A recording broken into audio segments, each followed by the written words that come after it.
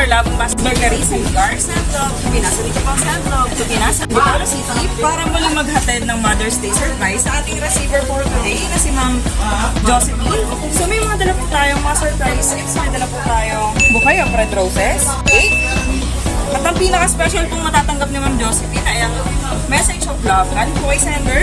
At ang sender natin for today, kanyang pinakamamahal na anak, si Ma'am May, na isang FW po sa Canada. So tara po kabayan at samahan niyo po mag-spread love sa kanya.